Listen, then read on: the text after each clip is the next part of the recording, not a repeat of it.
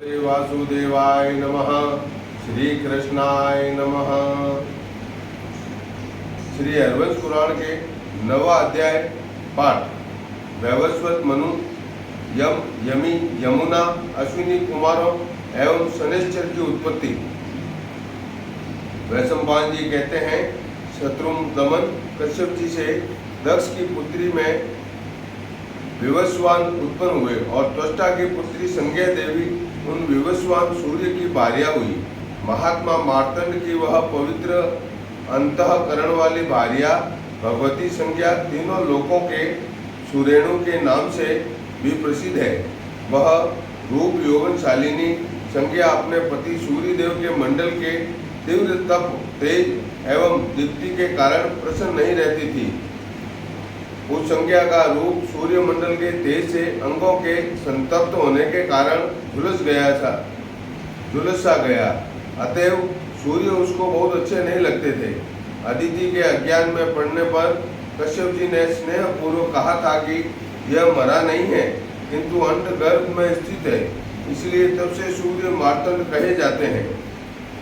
तात कश्यप के महात्म्य के कारण जीवित हुए। विवस्वान में सर्वदा अधिक तेज रहता है। उसी तेज से कश्यप जी के पुत्र सूर्य तीनों लोकों को तपाते रहते हैं। गुरुवंशी राजन तपाने वालों में श्रेष्ठ आदित्य ने संज्ञा के गर्भ से 2 प्रजापति और 1 कन्या, इन तीनों संतानों को उत्पन्न किया। उनमें एक प्रजापति तो विवस्वान सूर्य के पुत्र वैवस्वत मनु थे और दूसरे प्रजापति श्राद्ध देव यम थे। इस तरह यम तथा यमुना नामक 2 जुड़वी संतान उत्पन्न हुई थी। तदनंतर संज्ञा ने सूर्य के कठिनता से सहने योग्य तेजस्वी रूप को देखकर उनके तेज को न सहन कर सकने के कारण अपनी छाया को ही अपने समान नाम और रूप वाली बनाकर तैयार कर दिया। वह मायामयी संज्ञा की छाया से उत्पन्न हुई थी। नरेश्वर वह छाया संज्ञा को प्रणाम कर हाथ जोड़कर बोली, शुचिस्मते, बताओ मुझे क्या करना चाहिए। श्रेष्ठ अंगों वाली मैं तुम्हारी आज्ञा का पालन करूंगी, तुम मुझे आज्ञा दो। संज्ञा ने कहा, तुम्हारा कल्याण हो। मैं अब अपने पिता के घर जा रही हूँ, तुम मेरे इस घर में शांत होकर रहो।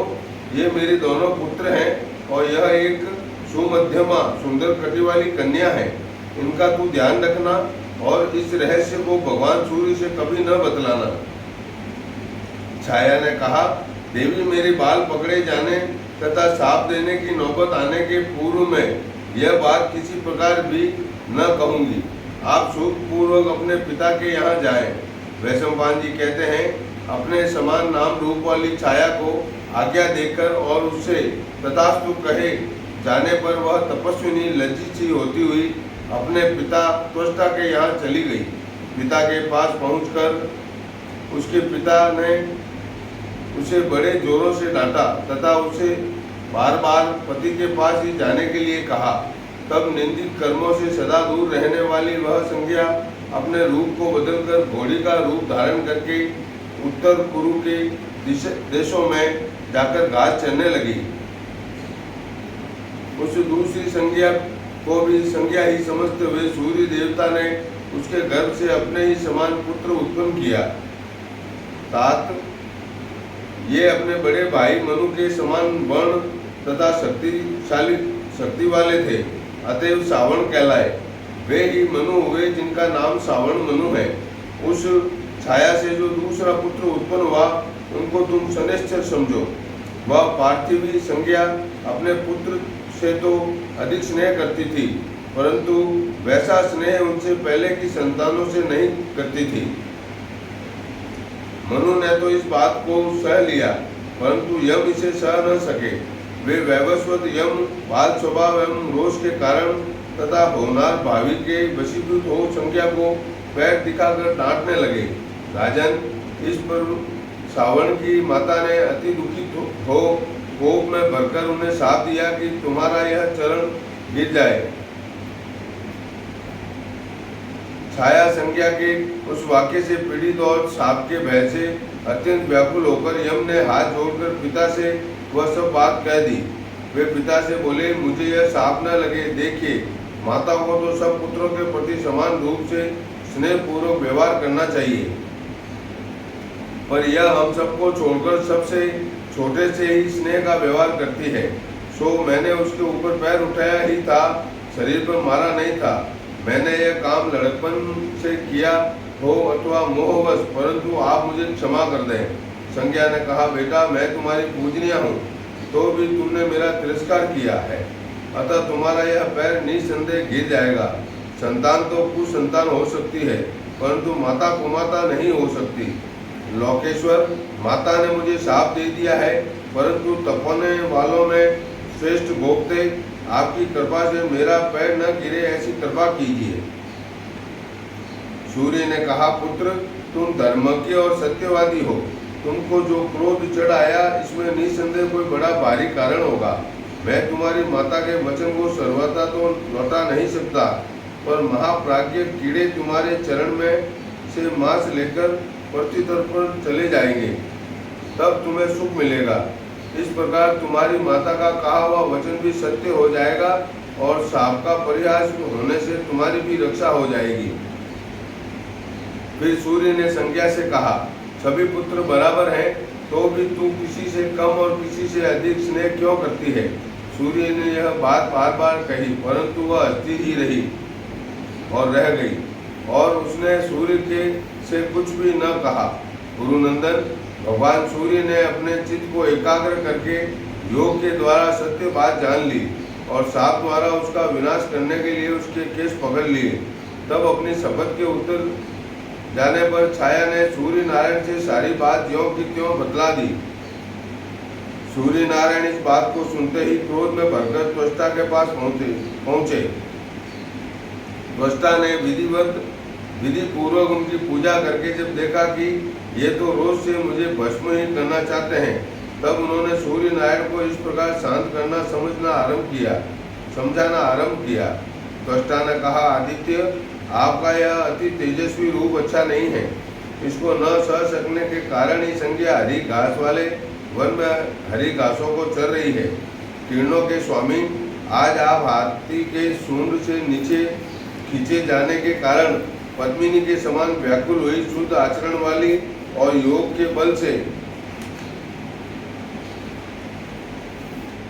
संपन्न, अतएव योग से घोड़ी का रूप धारण करके सदा तप करती हुई पत्तों का आहार करने वाली दुबली दीन जटाधारिणी और ब्रह्मचारिणी अपनी उस प्रशंसनीय भार्या को देखें। देवेश, यदि आपको मेरी बात ठीक लगे तो शत्रु दमन मैं आज आपके रूप को मनोहर बना दूं।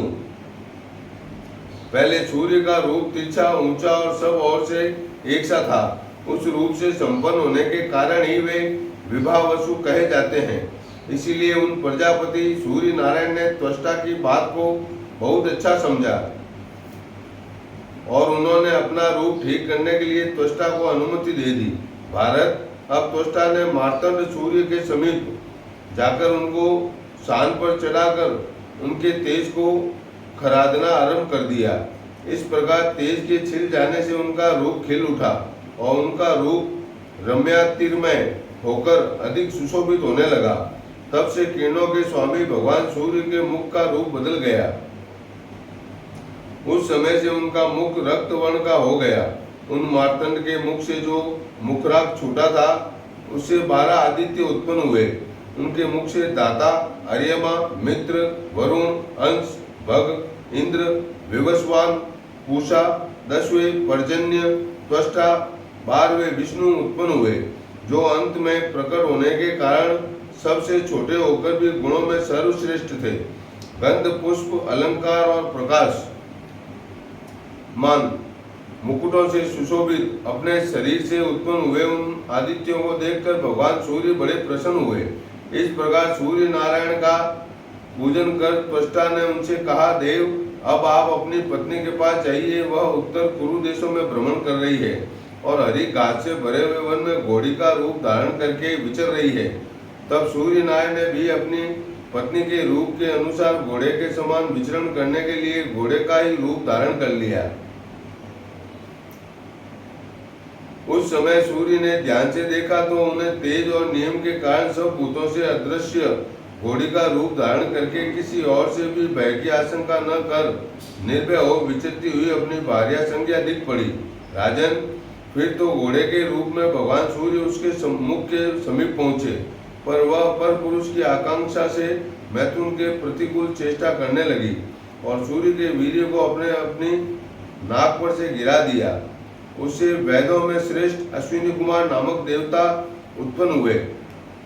वे दोनों अश्विनी कुमार नासत्य और दस्त्र नाम से प्रसिद्ध हैं। भारत, ये दोनों 8वें प्रजापति मार्तंड के पुत्र हैं। इन्हें सूर्य भगवान ने अश्वारूपा संज्ञा के गर्भ से उत्पन्न किया था। तदंतर सूर्य ने उसे अपने मनोहर रूप में दर्शन दिया। जन्मजय, तब वह स्वामी को देखकर बड़ी संतुष्ट हुई।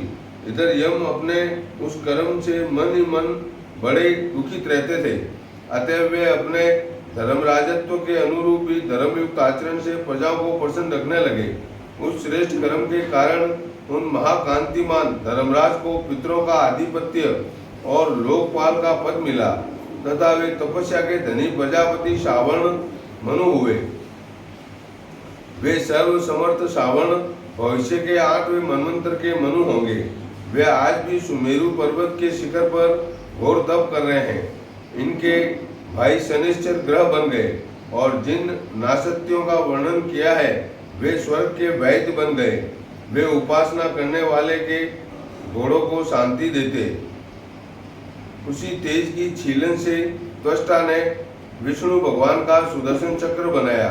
वह दानवों के अंत करने की इच्छा से बनाया गया। चक्र युद्ध में किसी प्रकार भी व्यर्थ नहीं जाता। उन दोनों में छोटी जो यमी नाम की यशस्विनी कन्या थी, वह नदियों में श्रेष्ठ लोगों को पवित्र करने वाली यमुना हुई। मनु संसार में मनु कहलाते हैं और सावण भी कहलाते हैं। उनके दूसरे पुत्र और मनु के भ्राता जो शनिश्चर हैं, उन्होंने सब लोगों से पूजित ग्रह का पद प्राप्त किया है। जो मनुष्य देवताओं के जन्म की इस कथा को सुनता है अथवा मन में धारण करता है, वह आपत्तियों से छूट जाता है और बड़ा भारी यश पाता है। इस प्रकार श्री महाभारत खिल भाग हरिवंश के अंतर्गत हरिवंश पर्व में वैवस्वत मनु आदि की उत्पत्ति विषयक 9वां अध्याय पूरा हुआ। ओम सूर्यदेवाय नमः। ओम शनेश्वराय नमः। ओम नमो भगवते वासुदेवाय नमः।